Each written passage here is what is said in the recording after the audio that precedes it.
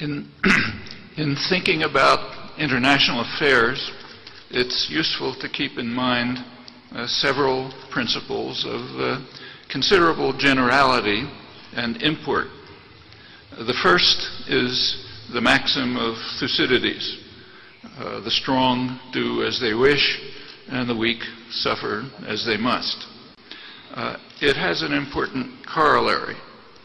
Every powerful state relies on specialists in apologetics whose task is to show that what the strong do is noble and just, and if the weak suffer, it's their fault.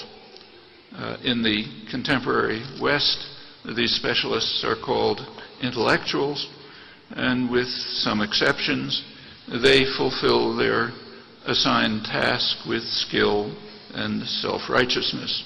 However outlandish the claims, it's a practice that traces back to the origins of recorded history.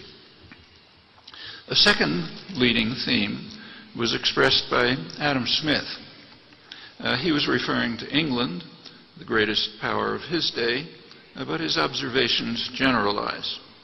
Smith observed that the principal architects of policy in England are the merchants and manufacturers, and they make sure that their own interests are well served by policy, no matter how grievous the effect on others, including the people of England, but most severely those who suffer under what he called the savage injustice of the Europeans elsewhere.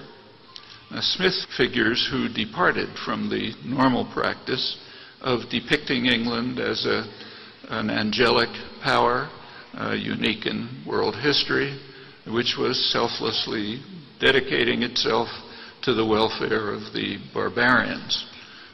One telling illustration is John Stuart Mill, one of the most decent and intelligent of Western intellectuals. In a classic essay, he explained in these words why England had to complete its conquest of India for the purest humanitarian ends.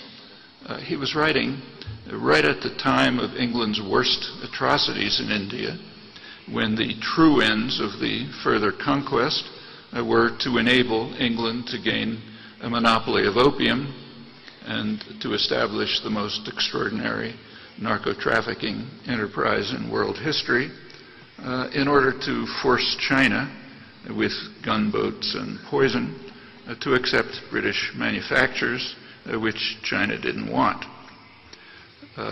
Mill's oration is the cultural norm.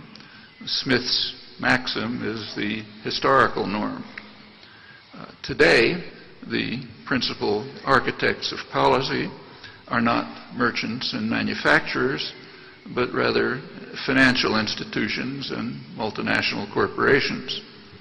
A sophisticated current version of Smith's maxim is the so-called investment theory of politics, developed by political economist Thomas Ferguson, which regards elections as occasions when groups of investors join together to control the state by essentially buying the elections.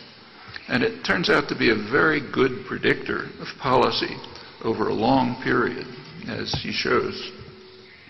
For 2008, then, we should have anticipated that the interests of the financial institutions would have priority for the Obama administration. They were his major funders, and they much preferred him to McCain. And so we find. The main business weekly, Business Week, now exults that the insurance industries have won the struggle over health care, and that the financial institutions that created the current crisis are emerging unscathed and even strengthened after an enormous public bailout, setting the stage for the next crisis, as the editors point out.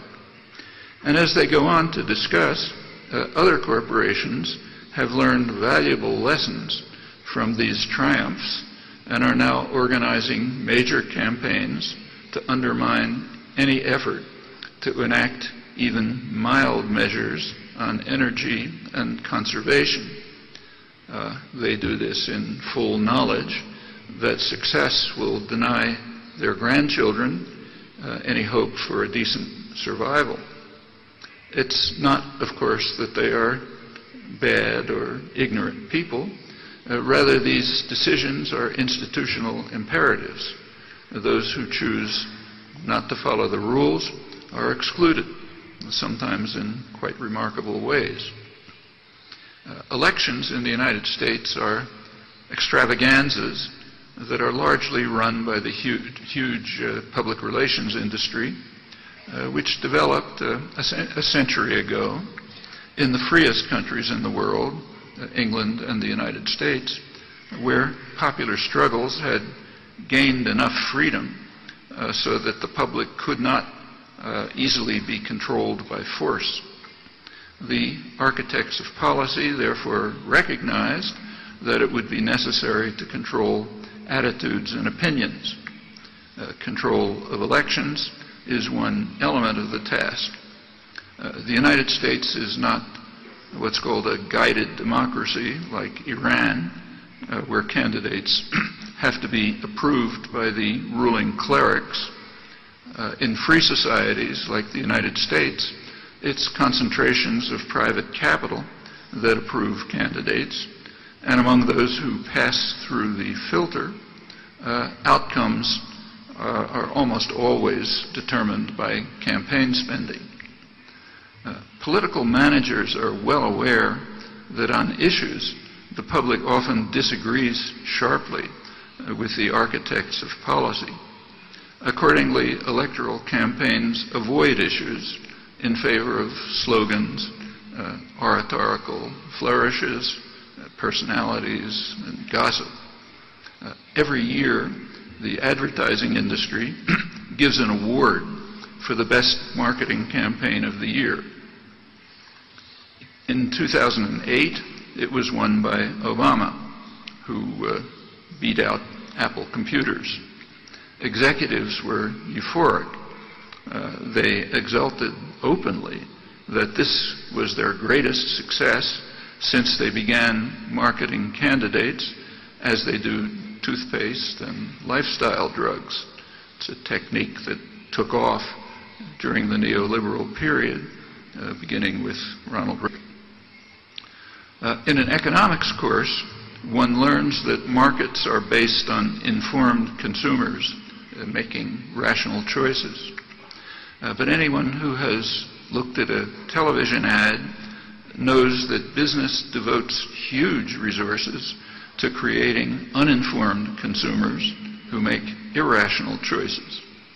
And the same devices that are used to undermine markets are adapted to undermining democracy, creating an uninformed electorate that will make irrational choices among a narrow set of options that are compatible with the interests of the two political parties, which are best regarded as competing factions of the single business party.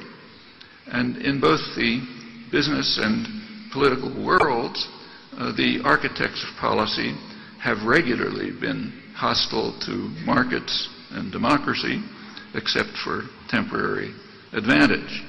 Of course, the rhetoric is different, but the facts are quite clear.